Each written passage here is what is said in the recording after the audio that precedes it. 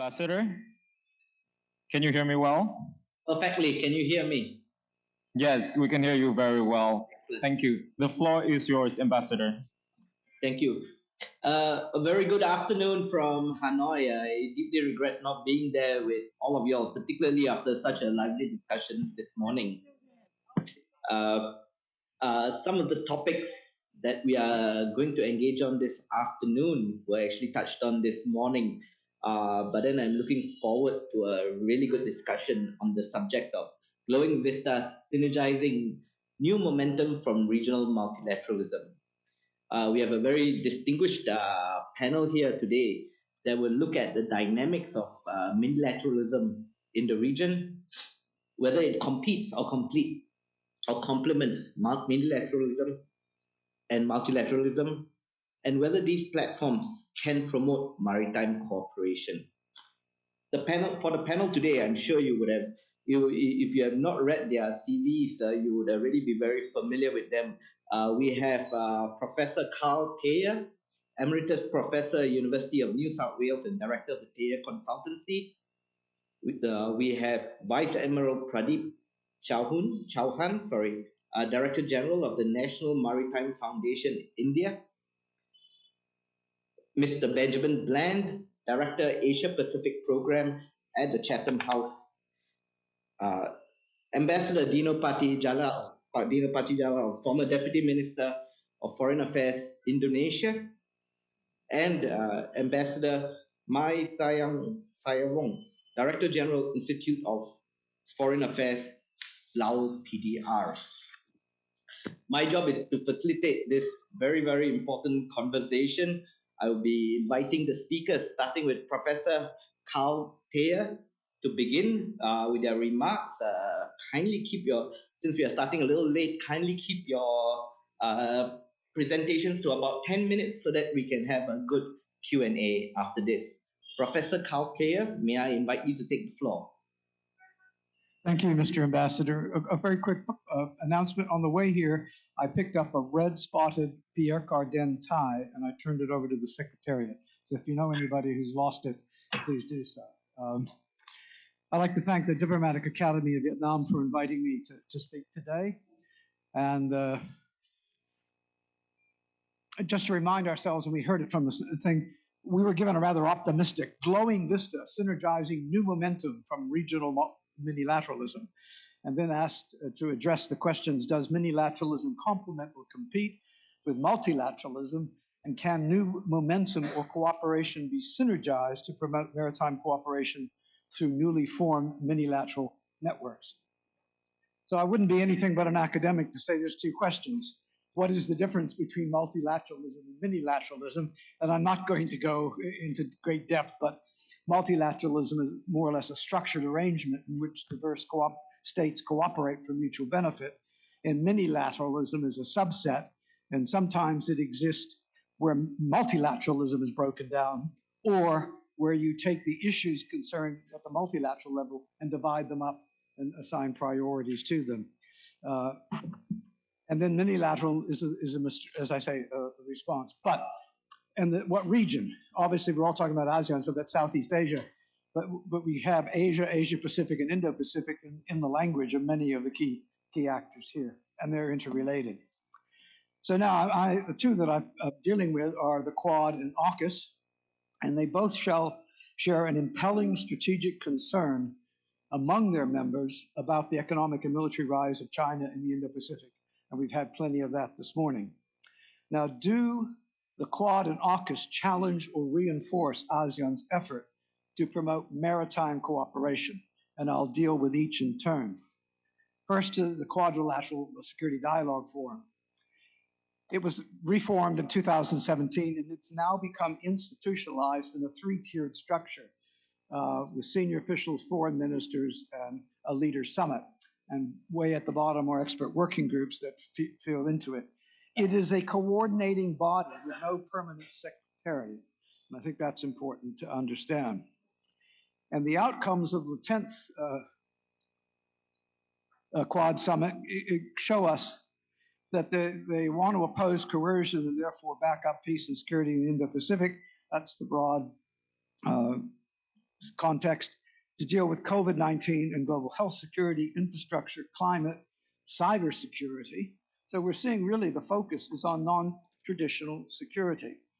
And then we have critical and emerging technologies, Quad fellowships, space, maritime domain awareness linked to humanitarian assistance and disaster relief. And if you follow the 4 Quad summits, you'll see a variation in this agenda, and it keeps getting refined. The Quad offers to cooperate with partners in the region. It's on record repeatedly as supporting ASEAN unity and centrality, and it wants to support the practical application of the ASEAN outlook on the Indo-Pacific. And they endorse, but they don't say whose, but it was a US initiative for an Indo-Pacific partnership for maritime domain awareness in the areas of humanitarian assistance, disaster relief, illegal, unreported, and unregulated fishing. There is no evidence of any planning by the Quad to jointly address traditional security issues due to differences amongst the 4 major partners. It's not an alliance. Now I turn to AUKUS. Oops. Obviously, Australia, United Kingdom, United States, it is a trilateral security partnership that, like a rabbit, was pulled out of the hat to the surprise of all of us. It is to integrate defense-related science, technology, industrial bases, and supply chains. And its first initiative is to provide Australia with a nuclear-powered submarine, but not nuclear armed, for the Royal Australian Navy. AUKUS states in general terms that it will work with partners in the Indo-Pacific, but it was left to the Australian Prime Minister Albanese in a separate statement by himself that these are bilateral partners in the region for Australia, ANZUS, Australia, New Zealand, the Quad, the Five Eyes intelligence community, and the Pacific family. That would be the armed forces of Papua New Guinea and Fiji, for example. So it is not a collective security alliance, but Australia and the UK have separate arrangements with the United States. If we look at this structure, it's also 3-tiered. Senior officials group, which oversees joint steering groups, 2, one on submarines and advanced capabilities. And they deal with 19 areas, some of which either haven't been identified or still classified. So it promotes hard balancing against China's rise, the promotion of a nuclear-powered submarine to Australia, and collaboration in cutting-edge military technologies among national defense industries. And AUKUS leaders collectively have not issued a formal statement endorsing ASEAN centrality or the ASEAN outlook on the Indo-Pacific, but individually they have in various forms. So in Indonesia and Malaysia raised very serious concerns about the development of nuclear-powered submarines as undermining the nuclear non-proliferation regime in the region. So let me get to my conclusion. Many lateral institutions differ in their objectives and therefore on their ability to complement or compete with ASEAN multilateralism. The Quad complements ASEAN centrality and ASEAN-related multilateral institutions. Now, we heard from Judge Kriangsak this morning that the ASEAN outlook on Indo-Pacific hadn't been mentioned, and I will quote, ASEAN may also seek to develop, where appropriate, cooperation with other regional and sub-regional mechanisms in the Asia-Pacific and in regions of specific area of common interest to complement the relative interaction. So I'm here to propose an ASEAN +4, along the lines of ASEAN +3 that dealt with the Asian economic crisis. And I'm really saying, a Quad, I meant the ASEAN +4, because it deals with non-traditional security, and ASEAN and the Quad members can limit its agenda, and that creates a synergy. After all, there are summit meetings between ASEAN and India, ASEAN, Japan, ASEAN, the US, and if you go through, you find there's one mention of maritime security in the Indian Declaration, very detailed one in the US, a little bit in Australia, a little bit in the others. It's time to put it all together. So I say ASEAN +4 to promote security cooperation. But AUKUS largely competes with ASEAN multilateralism, and it fills the space where ASEAN fears to tread by pursuing hard balancing against China's rise. And we heard one of the themes. ASEAN needn't pick sides, but boy, they can be reassured that China is being balanced by another power in an area where it doesn't go. Now, the kerfuffle over non-proliferation shows you that AUKUS itself is contentious. I thank you, Mr. Chairman.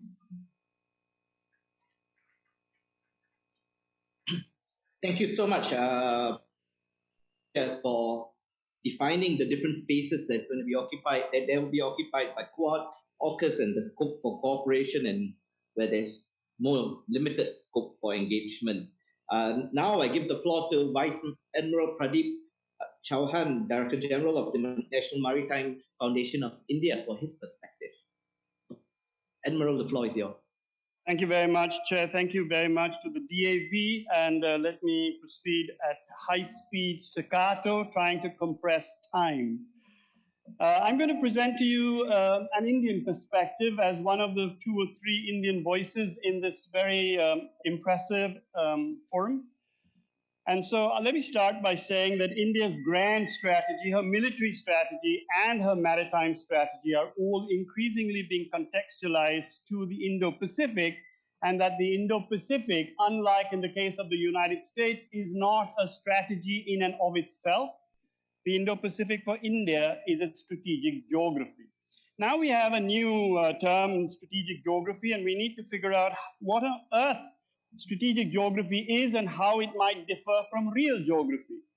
So if you take a map or a chart and you plot on it a series of latitudes and longitudes, and then you join these latitudes and longitudes by a line, and in the area that is so encompassed by the line, you now pour in the major part of your grand strategy, then the area that is encompassed will be your strategic geography. Clearly, ladies and gentlemen, one country's strategic geography will not be the same as that of another. Tonga's will not be the same as that of India. India will not be the same as that of Russia. Russia might not be the same as that of Iceland, and so on and so forth. So as a sovereign power, the name that we've given to our strategic geography happens to be the Indo-Pacific.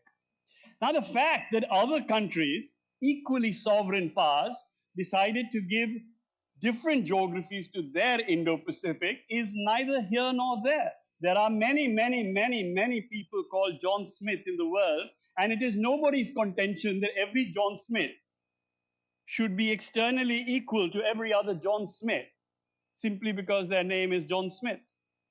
And we don't even think about this. But when it comes to Indo-Pacific, we seem to get our knickers into a knot. Why is his Indo-Pacific not the same as my Indo-Pacific? Nevertheless, the Indo-Pacific constructs of Japan, of ASEAN, of the EU, and some of its member states, Netherlands, France, Germany, coincide with that of India, in that they include the entire region shaped by the Indian and the Pacific Oceans.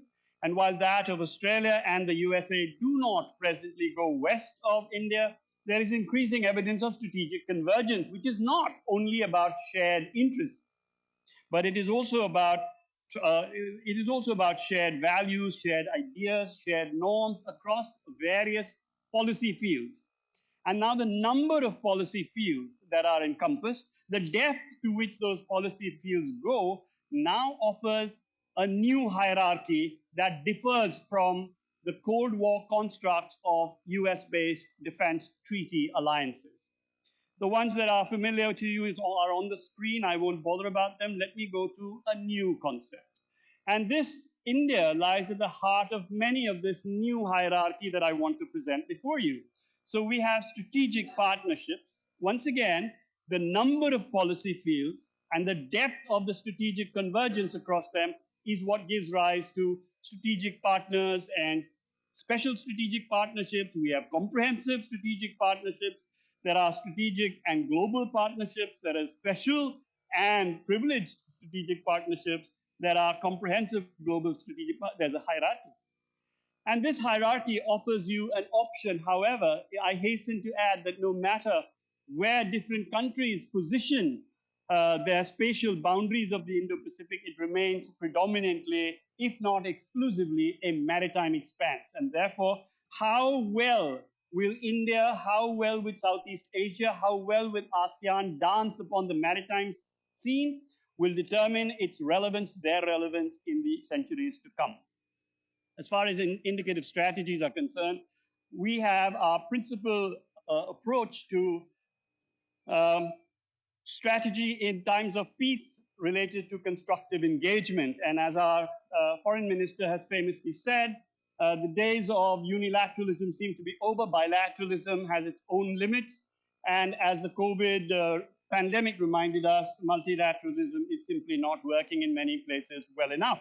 And therefore, we come to an option of minilateralism, which, of course, Professor Thayer has so adequately and accurately summed up. So we are concentrating upon two basic structures or basic approaches, very different from each other, but nevertheless worth mentioning. The first of them is the Indo-Pacific Oceans Initiative.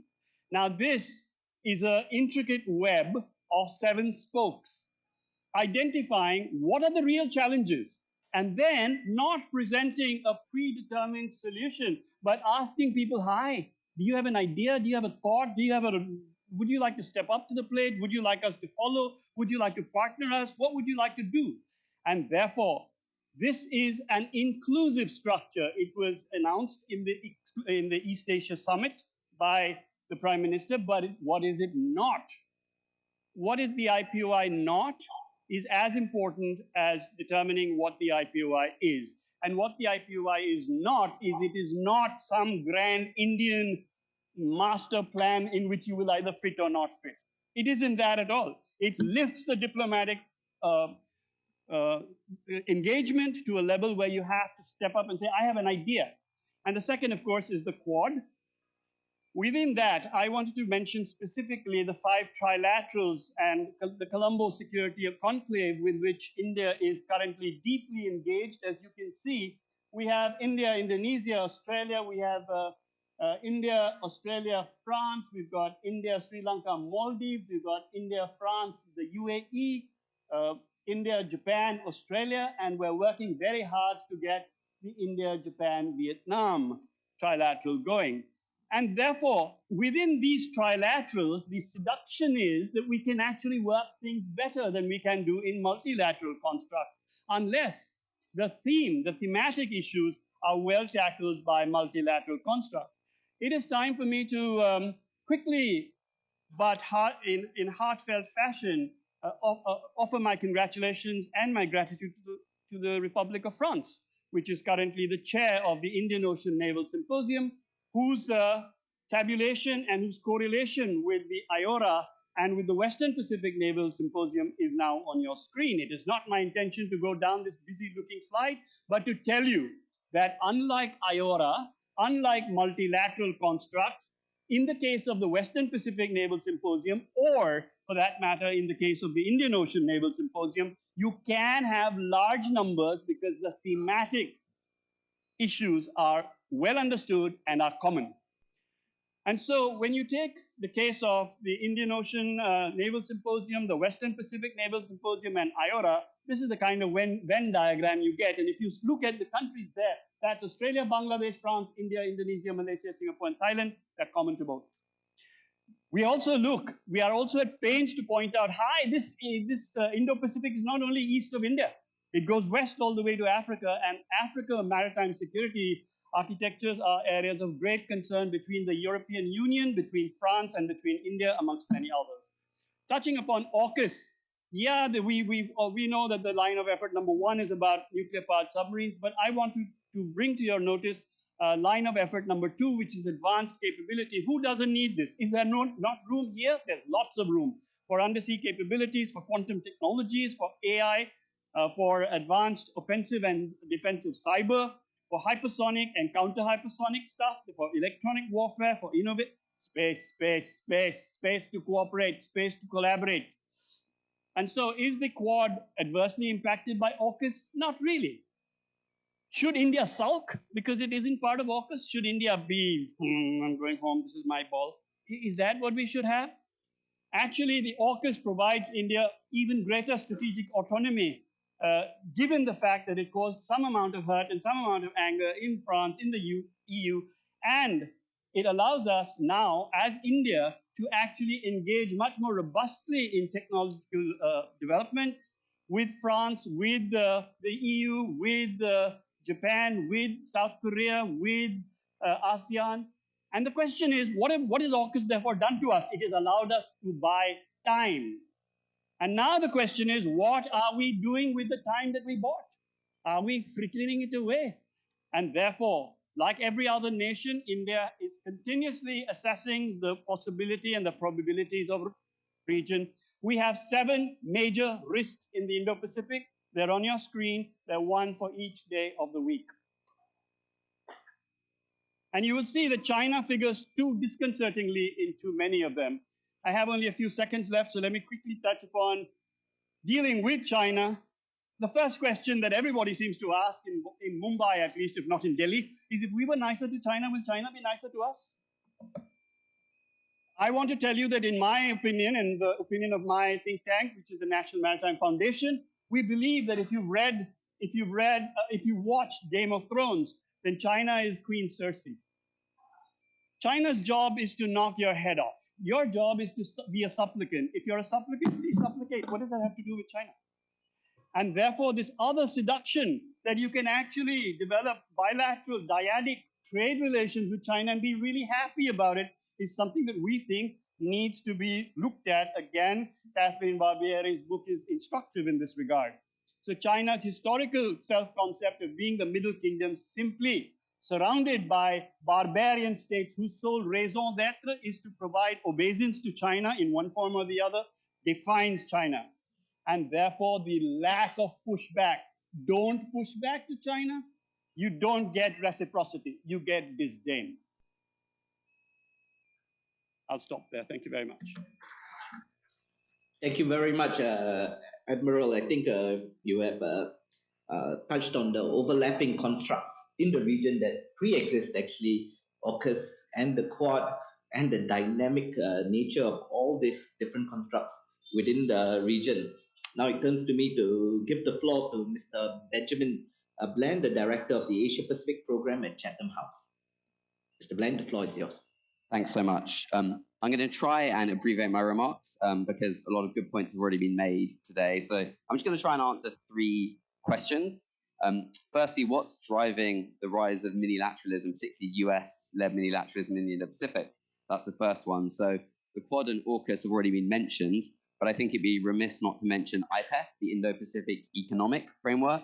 So we have sort of US-led or US-anchored minilaterals around security, but also around economics, which is really interesting. And if we think what's behind this, I think there are 3 major factors.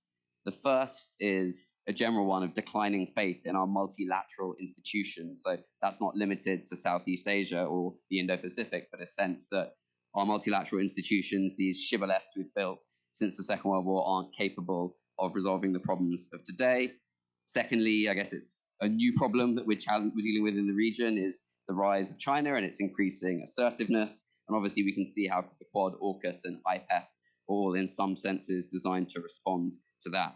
And the last thing is some of the limitations of the ASEAN-led architecture, particularly when it comes to security. And as Frank was saying earlier, ASEAN isn't meant to be a military alliance or a security-led organization. So in some senses, it's not surprising that the US and some other partners are looking to other types of organization to deal with the security challenges in the region. Jake Sullivan, President Biden's national security advisor, talks about this as a lattice work approach. So he says it's more ad hoc, it's more political than legal, and importantly, more temporary than permanent potentially. So we don't know how these things, IPEF is, I think I described it previously as a nothing burger, maybe now a nothing burger with special sauce, but we don't know how it's going to develop over time. It may prove to be incredibly meaningful. AUKUS has a number of different intentions at the start. It may grow into some sort of hard alliance between these 3 countries, really focused on China, or it may move more in the direction of technology sharing. They may take on more partners. Second question I want to address is, and Carl's already started to, is whether or not these initiatives undermine or threaten regional stability, or I guess more particularly ASEAN centrality. It was interesting that in her UN General Assembly speech, Retno Marsudi, Indonesia's foreign minister, had a bit of a go at minilateral groupings. She described them as a tool for containment and alienation, potentially. And she said it reminded her of the Cold War. And she's concerned that minilateral groupings, she didn't name any particular ones, but minilateral groupings may become a kind of forum for proxy battles, like the bad old days. And the assumption in lots of the world, including among the kind of foreign policy analysis community in Indonesia, was that she was referring to AUKUS and the Quad. Dino might have a clearer view on that. So interesting, but as a previous speaker said, in militaries in Indonesia and Malaysia and other parts of the region, there's different views on AUKUS. And all around Southeast Asia, there are different views depending on what the minilateral is trying to achieve, as Carl said. So actually, if you look at IPEF, although there's not much content there yet, actually 7 of the 10 ASEAN member states, I think, have signed up to IPEF. That's half of the countries that are participating in IPEF. So basically what we're moving to is a more kind of a la carte offering, I think, rather than the set menus of multilateralism. So there's no sense in which these things necessarily undermine ASEAN. They might do, they might not. It depends on the issue. And I think countries will pick and choose. And as Richard was saying earlier, actually, even within ASEAN, there is a history of kind of minilateral groupings. I think we're going to hear later from our Laotian friend about some of the sub-regional minilateralism in the Mekong too. So there's diverse views, and ASEAN member states have their own approaches. So I don't think implicitly these things necessarily attack each other or undermine each other. But I think it's fair to say that the growth of the Quad and AUKUS in particular represents a concern about some of the natural limitations of ASEAN as a security organization, which is not what it's meant to be. The last thing I'll say, last one I'll make, is to try and offer some helpful suggestions for how the US and its allies, including the UK, where I'm from, can reassure Southeast Asia about their intentions. Because if these different groupings are designed to kind of help push back against China or ensure a balance in the region, then if you're alienating key nations, including Indonesia and others, you're partly undermining your ultimate objective. So is there a way to do these things better? I think there potentially is. And obviously it will depend on what the minilateral grouping is and what you're trying to achieve. But a few kind of general rules. One I would say is US and its allies need to be clear and transparent, but perhaps more restrained in their communication. So I think part of the reason for the backlash to AUKUS was because there was so much political fanfare around it. You had Scott Morrison, President Biden, and Boris Johnson doing this big press conference, really talking it up. And there wasn't really enough of a sense of where this thing is going. It's also a nascent idea. We have obviously the nuclear-powered submarines, but then we have all these different technology verticals, and there's clearly a geopolitical element to AUKUS because they talk about wanting to kind of increase their defense engagement in the Indo-Pacific. They talk about wanting to uphold the rules-based order. So we don't know quite where it's going. So maybe talking less until the countries that are part of it know what they want to do would be a good idea. And that's ultimately a political question more than a diplomatic one. I think that speaks to a broader challenge that, as other participants have said, in the last few years, so many countries have come out with Indo-Pacific strategies, so many countries outside Southeast Asia and outside the Indo-Pacific. And there's just so much rhetoric in there, and to be frank, so little content. As an analyst, I have the pleasure or the misery of having to kind of read through these things and try and analyze them. And what you find is a lot of the language is very, very similar. But there's not necessarily that much actual policy in there. So I think if countries could shift to an approach where they're actually under-promising and over-delivering, or at least delivering what they promise, they're going to get a better hearing in the region. Secondly, related to that, I would say listen to Southeast Asian partners. So all these Indo-Pacific strategies are basically outsiders' visions projected onto the Indo-Pacific, but really centered around Southeast Asia as a key arena for engagement and geopolitical competition. That's all well and good, but if you want those visions to be sort of enacted effectively, you need to listen to the other side. Now, this communication problem, I think, goes both ways. I was recently in Jakarta speaking to an ASEAN official who told me, we don't like to say no to our external partners. But I think if ASEAN does want to maintain its centrality, and member states do, they need to talk back honestly to partners and tell them what they don't want, as well as what they do want. And I think it shouldn't just be for outsiders to try and shape the region, but I think Southeast Asian nations and ASEAN as an organization can do much more to shape how outsiders see things too.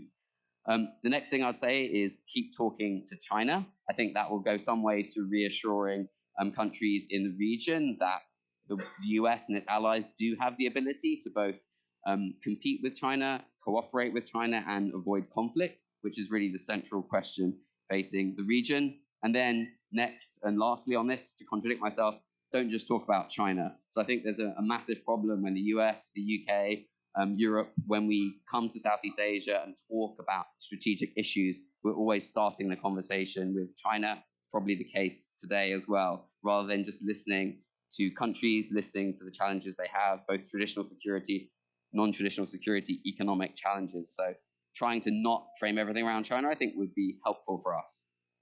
So I'll just conclude with two really brief points. And it's clear that some of the new minilateral groupings that have come up do make some officials and governments in the region nervous that the institutional structures of the region are being undermined. But I don't think that necessarily has to be the case. Some of these minilateral initiatives will, to be honest, undermine or go around some of the regional institutions, but they can also, on some issues, support sovereignty and resilience in the region. So I think it's possible, but the challenge is to have more deft and dynamic diplomacy, something Richard was talking about earlier. And I think that's on both sides. So I think external partners need to be smarter and we need to listen more. And it would really help us if Southeast Asian partners would speak to us more honestly and directly about their concerns. And just the last thing I'll say is, we often come to this question of, are Southeast Asian countries being forced to choose a side? I think that's the wrong way to think about things. No one's actually asking anyone to choose a side. It's the wrong question. But what we're facing is a world in which countries are increasingly going to face many more difficult choices about the technology they use, about how they vote at the UN on questions of human rights or cyber governance and many other issues. So as they face these pressures on different choices, I think it is possible that the kind of new emerging forms of minilateralism can help expand the set of choices and options that countries have, which I think is really helpful at a point in time when there's pressure to take choices. Having a bigger menu of options can be helpful given all the problems we're facing. I'll leave it there. Thanks a lot. Thank you very much, Mr. Bland. Thank you for giving us such an excellent overview of the issues facing the region. And to pick up on your point, it's important for Southeast Asians to have a perspective on it, which leads us to the next two speakers, starting with Bapak Dino Pati Jalal, my old friend. The floor is over to you. Thank you. I'm sorry I had to move the flowers because I don't think you added the value to my remarks. But thank you to the Diplomatic Academy of Vietnam, CAS, the EU, for organizing this event and for inviting me. I know I have only 10 minutes, so I'll just make a number of random points. But because Indonesia is in the midst of a G20 summit now going on in Bali, let me just update you a little bit that the G20 now, since the Russian invasion of Ukraine, has never been the same. And I think it will never be the same again. I think even if there's peace in Ukraine tomorrow, I think the relationship between G7 and Russia is permanently broken. I don't know if they're going to come up with a communique, the G20. It is possibly going to be the very first G20 that will be void of a communique. But we still have our fingers crossed, and we'll see what happens by 4 o'clock today when the G20 summit ends. Russia is not getting its way in the G20. President Putin is not coming, did not come to the G20, and even Foreign Minister Lavrov had to leave early, which is kind of strange. I mean, does he have more important things to do outside the G20? Where's he going, right? But he left last night, and he's represented by the Minister of Finance. And I think it shows that it is not a good sign for Russia that G20 is not going well for Russia's interests. And talking about the Russia's invasion of Ukraine, I think even for countries in this region, it reflects how much we need to revisit what we mean when we talk about the rules-based world order, right? I used to be a speechwriter for my president, and I remember for every speech we have to write rules-based world order and so on. But if you look at the way countries in this region respond to Russia's invasion, I mean, there's no clear violation of international law and rules-based world order than the fact that a country at will can just invade another country with massive military operation and annex at will portions of that country's territory. Right. So I think for us, we really need to ask, including within ASEAN, what do we mean by a rules-based world order? Do we mean the same thing when we talk about it, and are we ready to defend it when it is being violated? Now, let me talk about the multilateralism from ASEAN perspective. Um, First, for ASEAN, when we talk about multilateralism, I know there are different definitions about it, but there are different layers of multilateralism. The first layer is so-called multilateralism within ASEAN. Yeah, you have the many schemes involving different countries of ASEAN. You have, for example, the Malacca Straits Patrol, which is very substantive, very sectoral, and going very well. There are others, such as maybe BIM IAGA, Brunei, Indonesia, Malaysia, Philippines. IAGA, that's going painfully slow. Yeah, I remember when I was working for the government, used to write speeches on BIM IAGA, and for 6 years I wrote the same speech because it's just not going as fast as I think it should, right? So that's the multilateralism within ASEAN. We actually call it sub-regional cooperation, right? And then we have other things which is more hybrid. We have something called MICTA for Indonesia, which is Mexico, Indonesia, Turkey, Korea, Australia. Right, so I had to memorize that. Right, MICTA, and it was formed during the G20. It was, I think, the idea of Prime Minister Kevin Rudd at the time. But the problem with MICTA is that the raison d'etre is not strong enough, right? So even within the G20, you don't really see much push or a role of MICTA within the dynamics of discussion of the MICTA, right? But it is a hybrid form of multilateralism that Indonesia has, one of the very few that Indonesia has that binds interregional connection with other countries. Right? The other ones, and this is, I think, the core of the discussions, which is the ones that are residing outside ASEAN, yeah, namely Quad and AUKUS. And let me just say, in my view, this is sort of the natural development, and we sort of expect this. It doesn't surprise us. Why? Because when you look at how ASEAN was developed, this is about providing peace and security for the region, for Southeast Asia. But we always knew that we can't have that peace and security unless we involve extra regional countries as well, the major powers especially.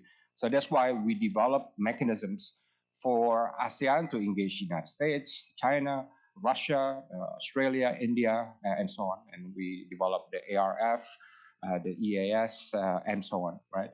This is because we want to promote regional architecture, which would promote ASEAN interests.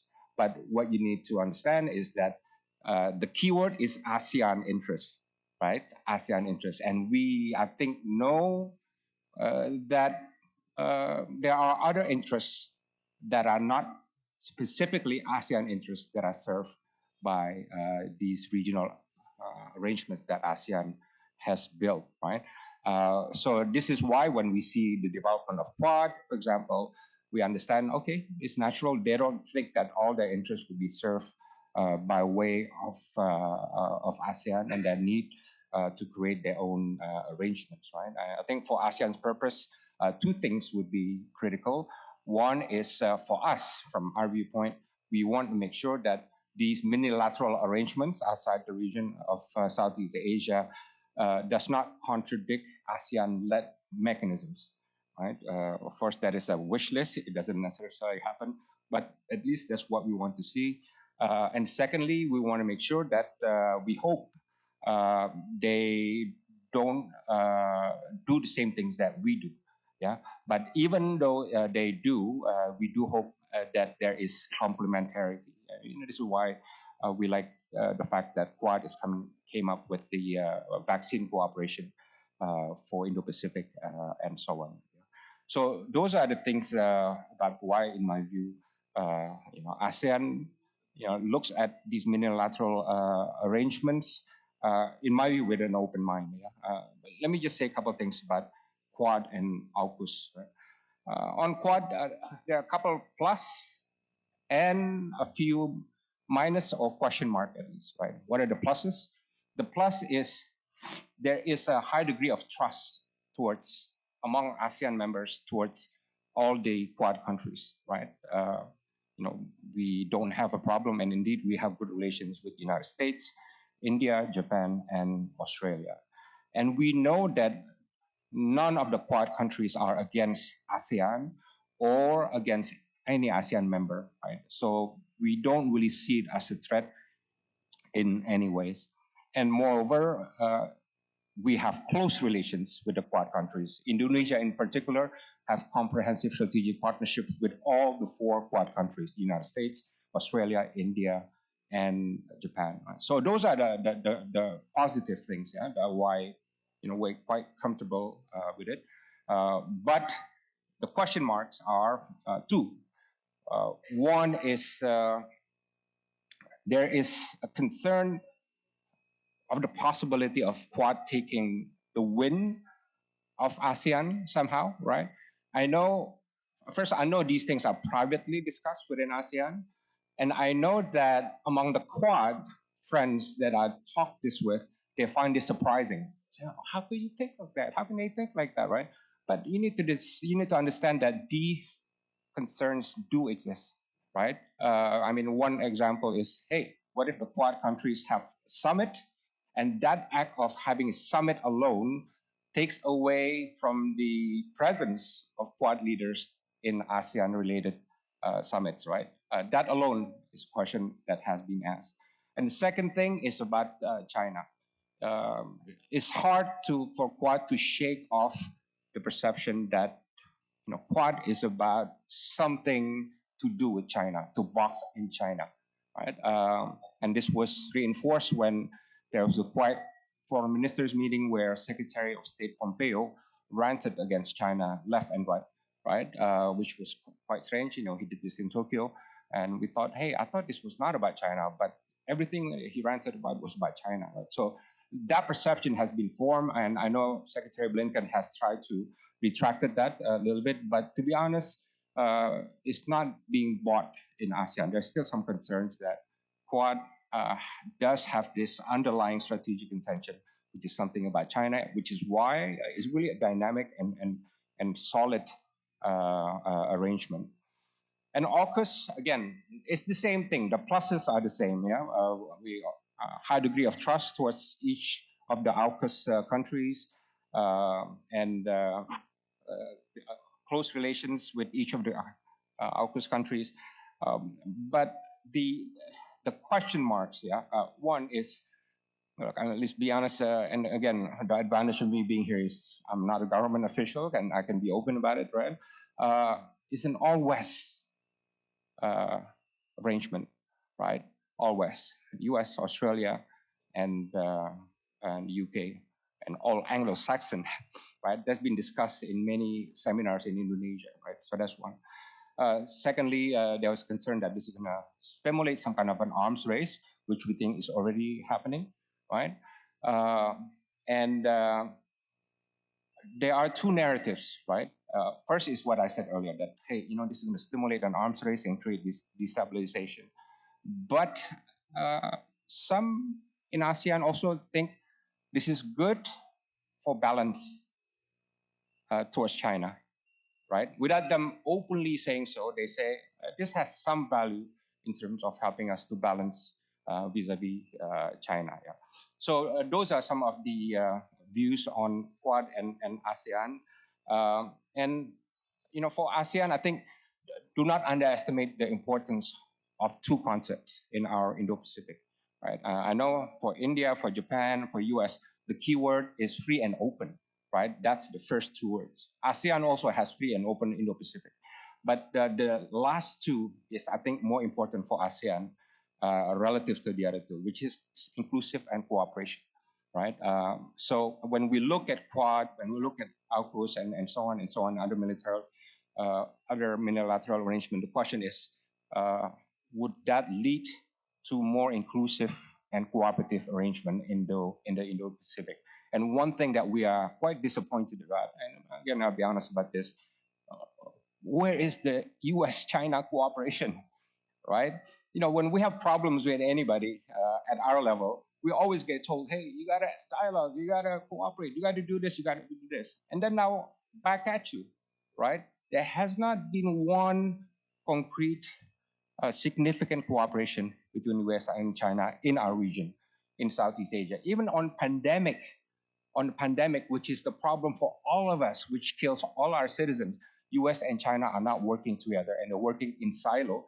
And in fact, they try to discredit one another, right? So I would love to see leadership in Beijing and in Washington to say, hey, you know, we compete, but we can cooperate where we have to. And the moment that is established, I'm sure that's going to be significant in changing the mood.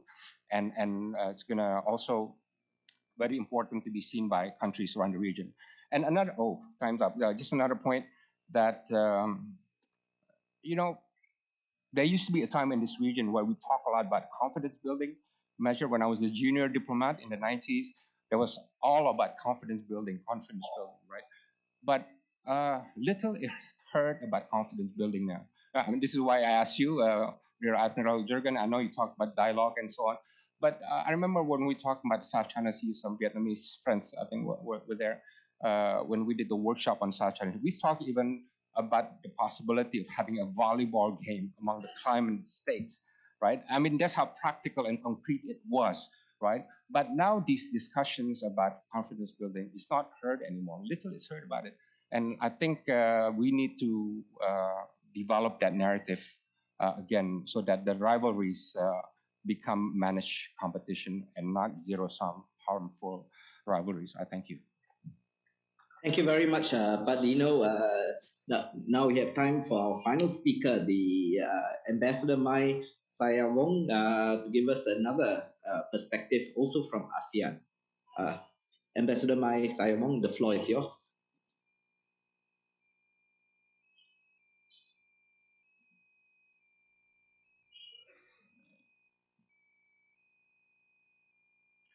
Thank you, Excellency. First of all, I would like to express my sincere thanks and appreciation to the DAV for inviting me to take part in the 40th Southeast Asia, South China Sea International Conference. It is my great pleasure to take part in the discussion. I will try my high-speed presentation since we will allow only 10 minutes. Today, my talk will focus on the question, how can the existing sub-regional cooperation frameworks to synergize with the ASEAN cooperation mechanism for the greater benefit for the region and beyond. However, I've been firstly examine the opportunity that the existing sub-regional cooperation mechanism have presented interest to the sub-regional country and beyond. As we are aware that the Mekong sub-region is one of the most dynamic and strategic geography in the world, this sub-region not only experiences a rapid growth, but is also able to grab greater attention from major powers in the region and beyond.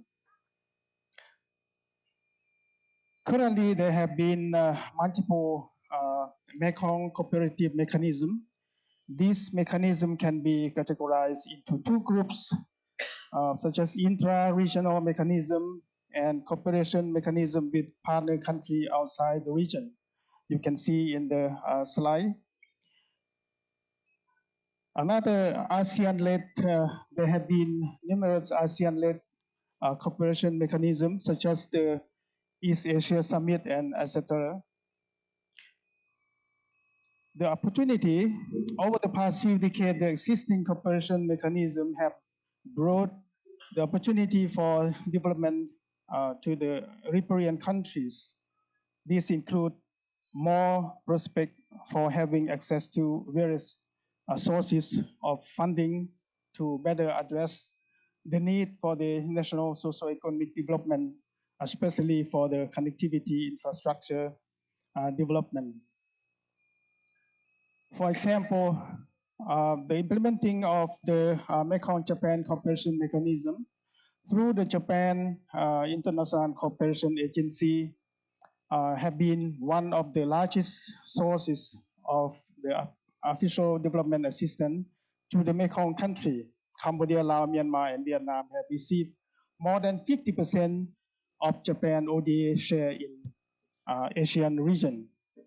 Thanks to the fund provided by the government of Japan, numerous infrastructure development projects have been implemented, bringing tangible benefits to the sub-region and beyond. This includes two Mekong Friendship Bridge connecting Laos and Thailand via Savannakhet and Mukdahan province, and the upgrading of the road number 9 leading to Vietnamese Lao Bao Vietnamese border. This is part of the East-West Economic Corridor development. The Mekong Lansang Cooperation, the Mekong countries still have gained benefit from the Mekong Lansang Cooperation, which aim to enhance cooperation among the member countries to support development projects in the Mekong countries. The Mekong Lansang Cooperation Special Fund have been established, to which the government of China contributed about 300 million US dollar. As a result, more than 100 projects have been implemented in the Mekong country over the past 5 years with the financial support from the Mekong Lansang Cooperation Special Fund. Another mechanism, similarly, the GMS program had made an important contribution to the increased integration and prosperity of the region. Under the BRI, the Lao-China Railway connecting Vientiane, Laos with Kunming, China have been completed and is currently in operation, which play a critical role in enhancing regional connectivity. In fact, the Lao-China Railway has already produced some concrete and impressive benefit for Laos and China, as well as sub-region. It has facilitated domestic and cross-border transport of goods and passengers. Evidently, with 10 months of operation, the railway carried a total of 739 million passengers and transported 851 million tons of goods. Therefore, it can be said that the Lao-China Railway had contributed to boosting trade, investment, and tourism in the sub-region and beyond. Apart from that, there are still mechanisms such as the Mekong Japan, Mekong Korea, LMI,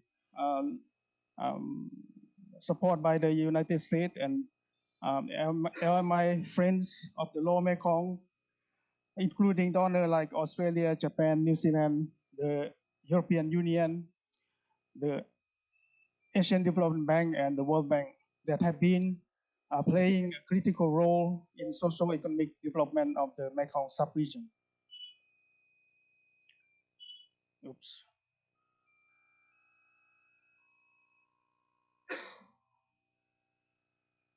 Despite the fact that there have been numerous mechanisms and initiatives in the sub-region over the past decades, there are challenges that need to be addressed. These include the lack of cooperation among the existing cooperation framework, both at sub-regional and regional level, to ensure that the mechanisms are implemented in a complementary manner. Inadequate funding and gaps in infrastructure development amongst the Mekong country with those of ASEAN as a whole. Moreover, the competition among the major power for the expansion of the political and economic influence in the region through implementing the mechanism is another prominent challenge that could hinder this synergy among the existing sub-regional and regional cooperation framework. Instead of finding way for synergy among them, they tend to weaken and contain one another. Intensifying US-China rivalry could undermine ASEAN solidarity and ASEAN centrality, as ASEAN member states might be forced to take side between the superpower. China put its Belt and Road Initiative and the Mekong Lansang Cooperation into implement it, whereas the US has its LMI and the Indo-Pacific strategy, which tend to be countering those of China. In order to promote the synergy between the existing sub-regional cooperation framework and ASEAN-led mechanism so that they can be implemented in coherent and complementary manner, I have some recommendations as follows. First, promote and strengthen policy dialogue among the ASEAN and dialogue partners, both sub-regional and regional cooperation mechanism. Drivers should explore way or possibility to promote and enhance the policy coordination and dialogue. Second, advocate openness and inclusiveness, explore practical cooperation and relevant areas or sectors, promote coordinated development with other strategy in proper forms, initiated by relevant sub-regional and regional cooperation mechanism, such as the ASEAN, GMS, ECMAC, and other cooperation with the dialogue partner outside the region. Third, uphold the fundamental principle of ASEAN, especially ASEAN centrality, enhance the leadership role of ASEAN in promoting sub-regional and regional development cooperation, and explore a way to synchronize sub-regional development strategy and ASEAN development strategy, such as the ASEAN Community Vision Blueprint 2025 Initiative for ASEAN Integration, Work Plan 4, and the Master Plan of ASEAN Connectivity 2025, ensuring that the sub-regional cooperation is complementary to ASEAN effort toward regional integration and narrowing the development gap within ASEAN and ASEAN community building.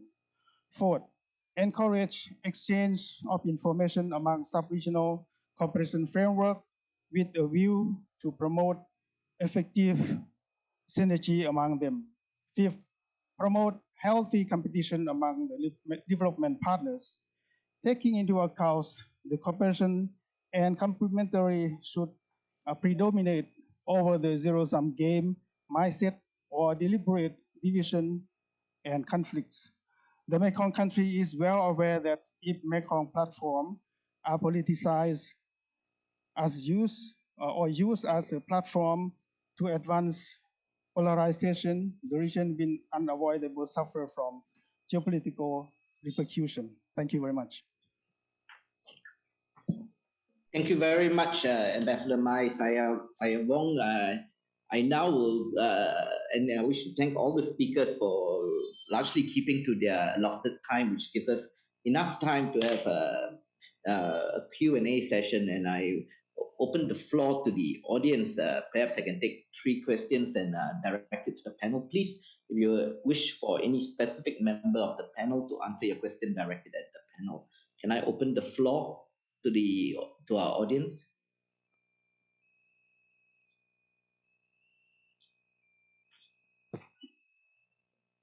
Thank you. My name is Bích Trần. I'm a visiting fellow with ICU Sophie Schaff Institute and also adjunct fellow at CSIS in Washington, D.C.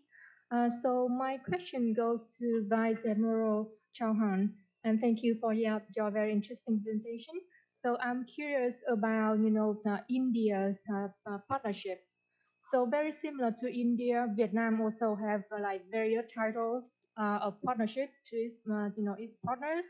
But in the case of Vietnam, those titles, is not very helpful when compared across partnership because, for example, Vietnam's partnership with one country, supposed to be in a lower category, can be more strategic than Vietnam's partnership with another country supposed in higher categories. So I wonder in the case of India whether those terms and hierarchies actually meaningful. Thank you. Thank you very much. Maybe I take one or two other questions before turning it over to the panel.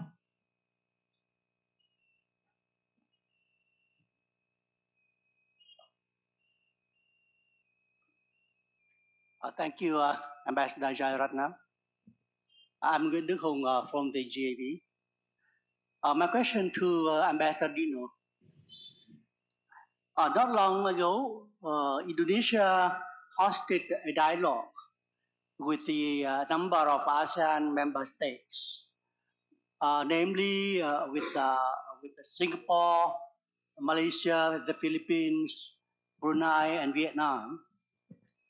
The dialogue shared the related or relevant informations related to the maritime issues of mutually concern, and to promote the ASEAN brotherhood.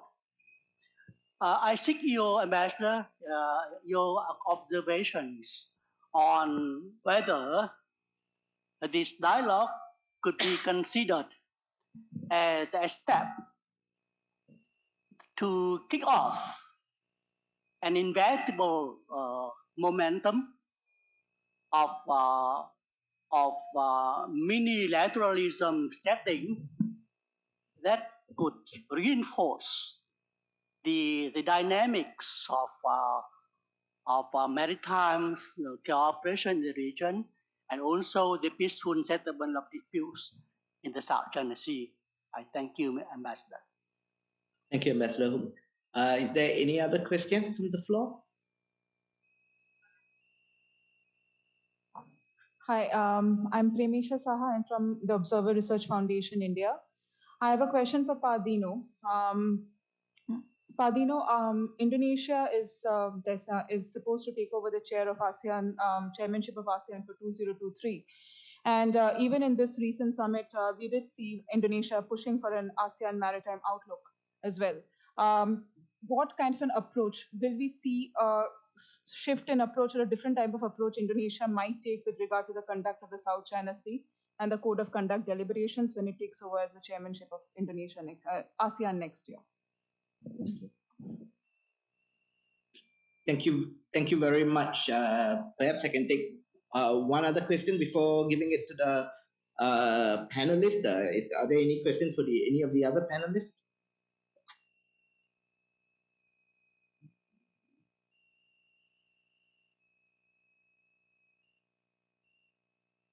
I think there is one more question from the far left of the audience. I apologize because I can't see from my screen so clearly. Thank you. This is Huang from the ISIS Institute. My question is also to Admiral Chahan. You brought up the topic of the Indian Ocean Initiative from India, and as far as I understand, that India has introduced that initiative to some of the ASEAN members.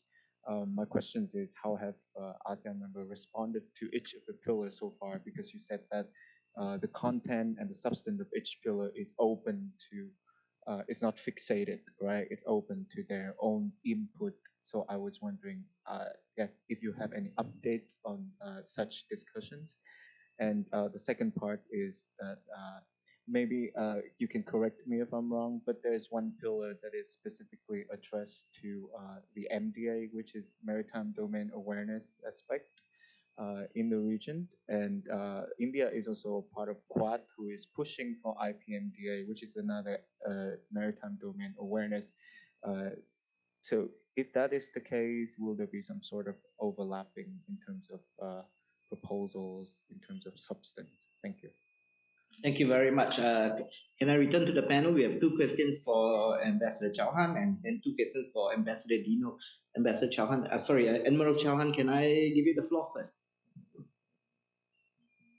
Thank you very much. It's always good to have one more hat in to wear. Let me address both the questions. Actually, there were three questions wrapped into So where it comes to Vietnam's experience versus India's experience and the gradation of geostrategic importance given by to one or and the impact on the other. Let me start very quickly by saying that from the Indian perspective, one of the problems that we find is that we tend to place geopolitics and geoeconomics and geostrategy all in the same typological plane, and then we ask each other with the breathless sort of tones. I say this BRI, is it geostrategic? Is it geopolitical? Is it? And the truth is, of course, that every nation simply has a set of geopolitical, geoeconomic objectives and a set of non-geoeconomic objectives, and it seeks to promote and attain those. And to do that, it creates geostrategies. In the strategic community, particularly in our part of the world, the word strategic seems to be used in and of itself, but strategic is an adjective. It presupposes the existence of a strategy. And strategy presupposes that you want to attain something. It's some sort of large plan. And so for us, when we look at the multilateral element, it is encapsulated in our very maritime policy, which is SAGAR, which you're familiar with, the security and growth for all in the region. Consequently, the Indian approach is this, to its multilaterals is this. We believe that it is not possible for the Indian economy to ride on some crest while the neighboring proximate neighbors of ours in the maritime neighborhood are wallowing in some trough. Hence, we do not see a difference between dealing with one country or another country within the multilaterals that might not include all those various countries. So we might have a multilateral engaged where we are engaged with, say, Sri Lanka, Maldives, and India, and that might be complementary to the minilateral that we have in BIMSTEC, simply because Maldives did not figure initially in BIMSTEC. That doesn't mean that those countries are in any way afforded less centrality. Do we always get it right? Of course not. We don't get it wrong. We just like to pretend that we're magicians. But like all magicians, we have our smoke and mirrors, and it would be a poor magician who believes his own smoke and mirrors. So yes, we try very hard, and for the most part, we haven't got it terribly wrong. And for that matter, I don't think Vietnam has got it terribly wrong either. So that is what I wanted to say in that regard. And with regard to the IPOI, so let me be once again clear about this. The Indo-Pacific Oceans Initiative, somebody in an EAS has to articulate it. That doesn't mean that the person who articulates it comes from a country which then takes ownership of that. So the IPOI was certainly articulated in the East Asia Summit by Prime Minister Modi. That doesn't make it an Indian product. It's not an Indian plan. It actually presents the strategic and diplomatic community with a new level of thinking to say that it's not enough for you to say, I agree or I disagree with that particular element of your strategy or plan, but it just asks people, what do you want to do? This is a challenge. For example, ecology is a challenge. So we have Australia who comes up and says, I know how to handle this, I will try. We have Indonesia, which says, I can handle marine resources. And Indonesia is very much the lead country in the spoke or pillar which deals with sustainable maritime resource harvesting, exploitation, etc., etc. Likewise, we have Singapore, which is for sure a major part in academic and academic exchange, and it's a knowledge economy. So, to answer your question, yes. So Singapore is up and saying that I will handle this. I have some great ideas, and you, India, you may be part of the leadership program of it, or you may not, and that's fine.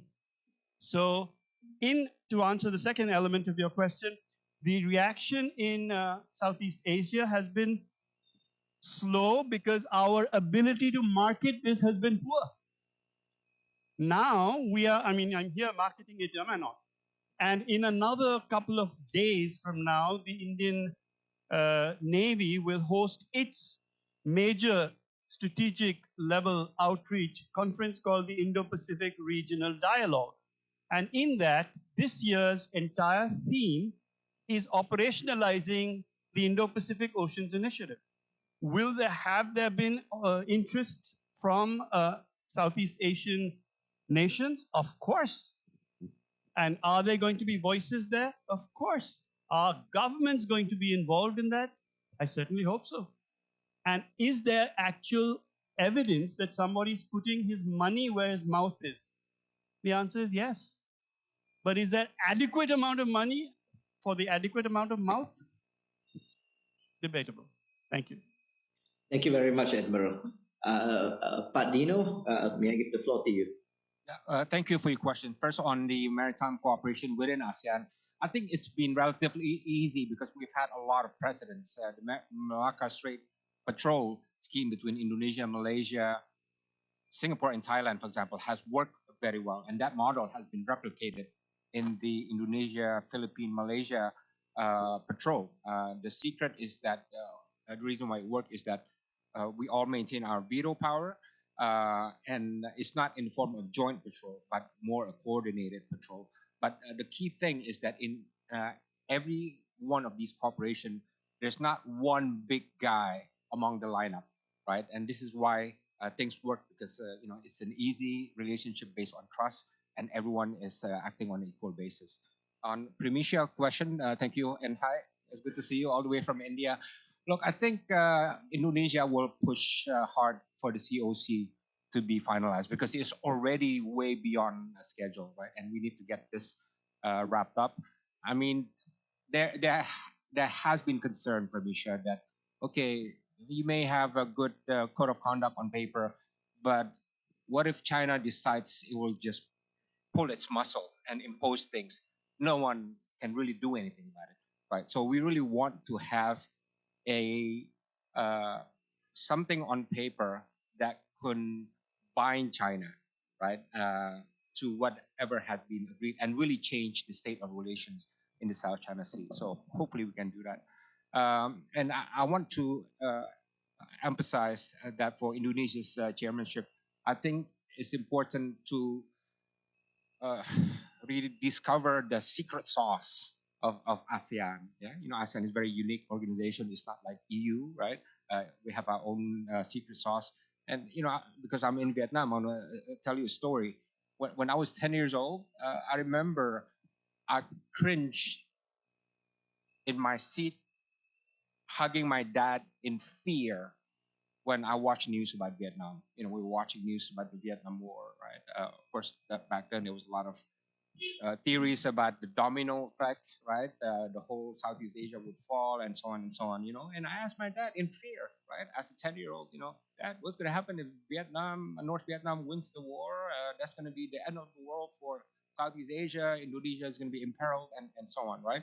And that was a fear that many of us in ASEAN countries at the time, the 6 ASEAN countries, entertained as well, right? And speak honestly about this. But what happens now? What happens now? Vietnam is a member of ASEAN, peaceful country, has good relations with every country in ASEAN, right?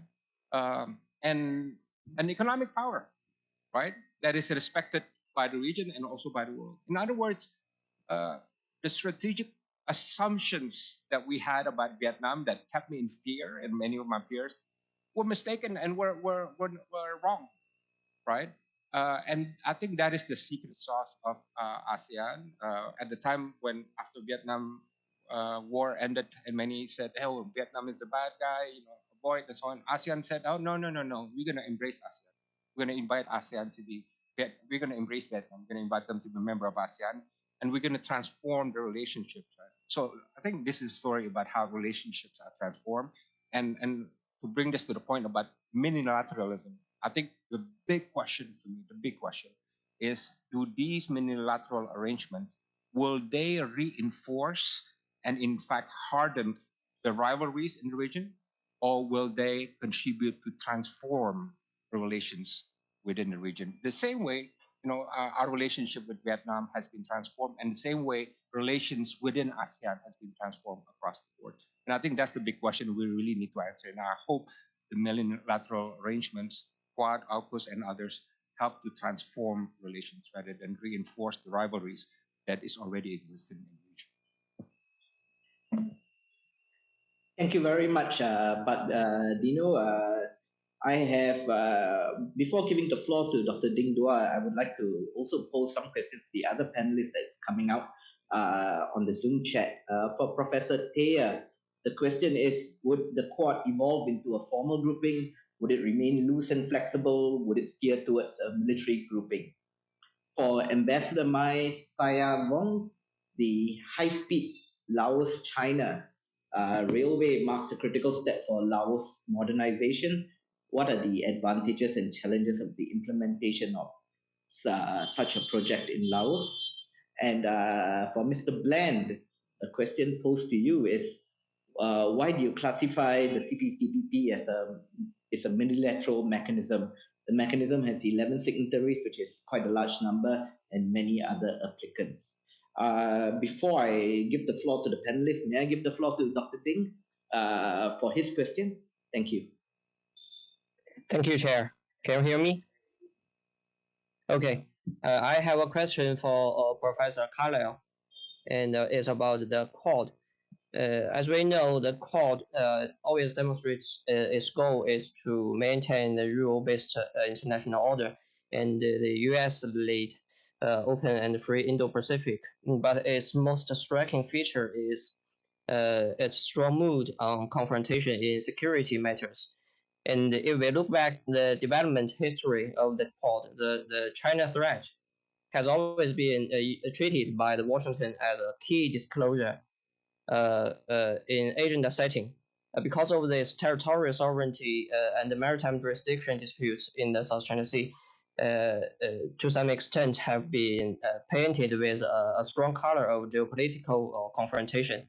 And I think this is the reason that in the past few months, Chinese officials have made extensive and persistent criticism of the U.S. practice on the inciting a bloc confrontation and establishing closed clubs around the world. So, in your opinion, how can China's concerns on the Quad can be allayed? Thank you. Thank you very much. Can I turn now to our panel? Can I start with Mr. Bland for his response? Then I'll give it to Ambassador Mai, and then finally Prof. Thea. Mr. Bland? Thanks. I didn't quite hear the question that's directed to me, but I can answer the Quad one first with my view. I mean, I think we have to remember the Quad's full name is the Quadrilateral Security Dialogue. It's still a dialogue, I think. I mean, the jury's out on lots of these things. The Quad's talked about delivering global public goods, but I think we're yet to see whether or not it is a mechanism for that. Obviously, the US, India, Australia, Japan, on their own and in other kinds of constellations, do help with a lot of public goods in the region through development financing and other issues. But I think we're yet to see what the Quad's going to develop into. So, I mean, that would also answer the question in a sense about China's concerns, that I don't think there is too much to be worried about yet, because it's mostly a series of summits to talk about the world. So I think we'll have to see how it goes.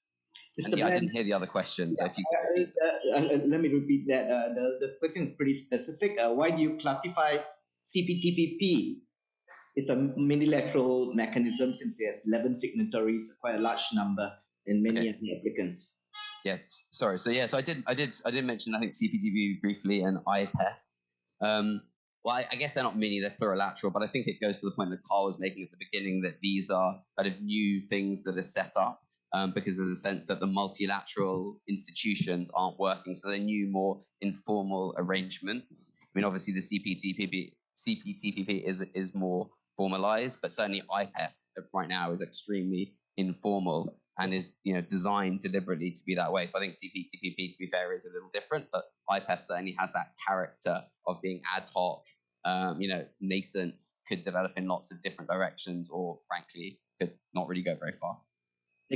Thank you very much. Prof. Thea, I understand you couldn't hear my question. The question posed to you. The question posed to you is, would the Quad steer towards a military grouping? Would it evolve into a formal grouping? Would it remain loose and flexible? Perhaps since we are on the subject of the Quad and Dr. Ding's question, may I give you the floor? Can you hear me? Yeah. Well, one, I was at pains in my presentation to point out that it's not a permanent body. It is not a treaty organization. It's a coordination thing. And I extensively written earlier on it using Australian DFAT material, because not everybody issued statements after the Quad, to look at all the words that were used and how they changed over time when the Indo-Pacific, etc. So you see differences. And I think India is one of the breaks, and I don't mean that in a negative sense. This is not turning into a military alliance. And when things like Malabar happen, the naval exercise, people call it the Quad. No, it's not. It's a separate one that's done, and countries show up. The agenda that I pointed out, of what the Quad is based on their fourth summit, leaving aside they want a free and open Indo-Pacific and oppose, coercion, but COVID and global health security. Remember back then, India was to produce, America was to pay, and the Australian Air Force was to deliver. COVID hit India, and there were problems of production, but passing on that technology and that's not competing with China. China had its own, and you can make a medical assessment as to whose was more successful in combating infrastructure. Nobody in the world, and all the international financial institutions can meet the infrastructure needs of the region. And so the Quad is offering alternatives, and the use of the high quality talks about standards and the financial arrangements that go there. Climate change. Everybody in the room, you're in Maldives, you're in the South Pacific. These are existential problems. They have to be addressed. And we're seeing countries, and it's difficult for India because of its energy mix. But nonetheless, we just had COP27. We had the Biden administration. It's only the Quad can only help around the Quad can only help around the edges. Cybersecurity. Well, we just had our Medibank, one of our private health insurance raided by Russians. Every country in the region needs to cooperate on cybersecurity to protect critical infrastructure resources. That's not being anti-China in particular. You have Iran and North Korea as malactors. Critical and emerging technologies, how to harness them. Quad fellowships to get people in the region to be more familiar with each other. Space cooperation, and we need rules about what's going on up there. And then that's a positive thing.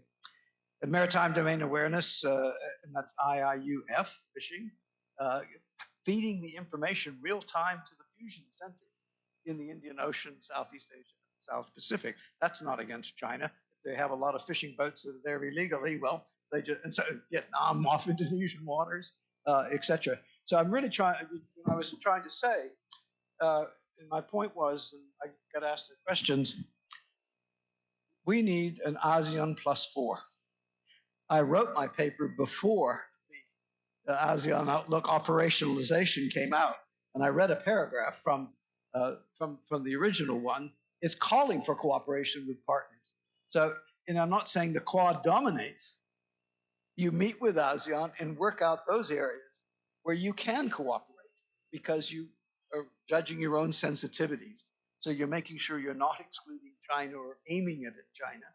But you're now getting 4 countries that can cooperate. Isn't that better than having 4 separate summits with 4 separate plans of actions that work out? You can bring them together. And I invite you, go to the ASEAN Secretariat website, and you look up the 4 summits that were held, and I made allusions to it. They all have different paragraphs. And in the Japan one, the words mentioned, maritime security is only mentioned once. The American is more full, the Australian one, and they have different components. So that's indicating the Quad is going to get its act together.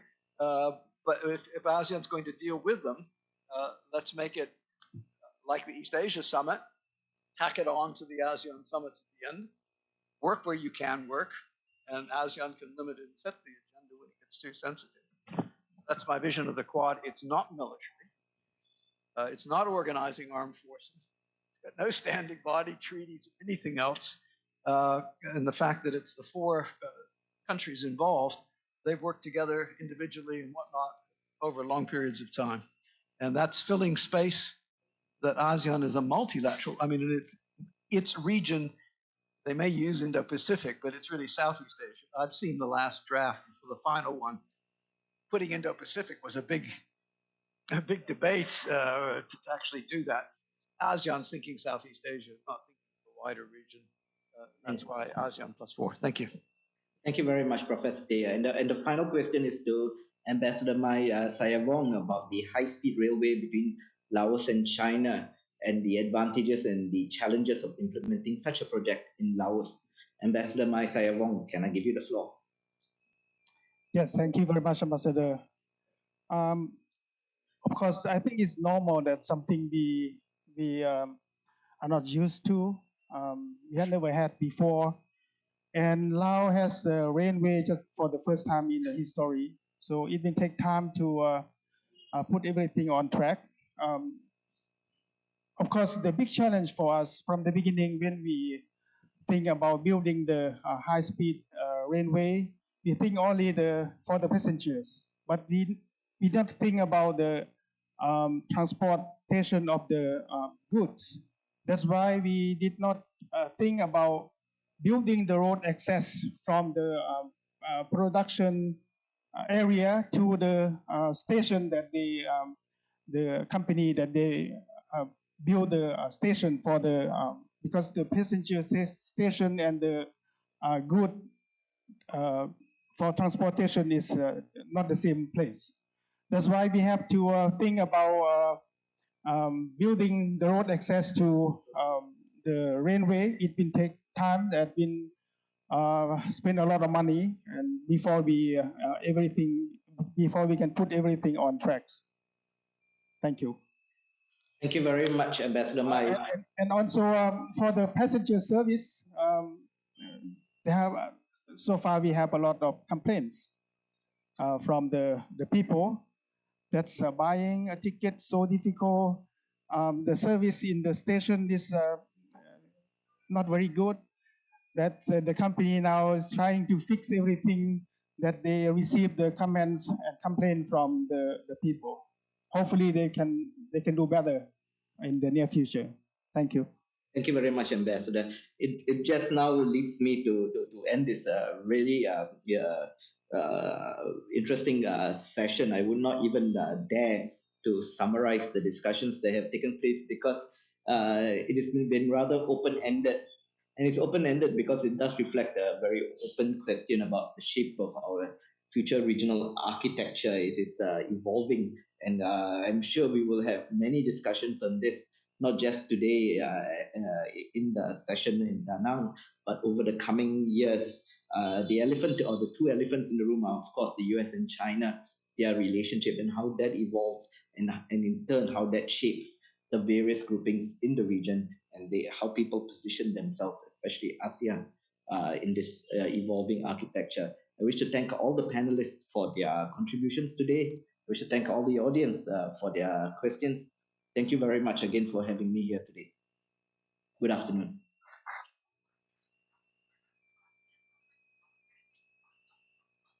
Thank you, His Excellency Jatnan. Thank you so much for professionally handling the session via Zoom.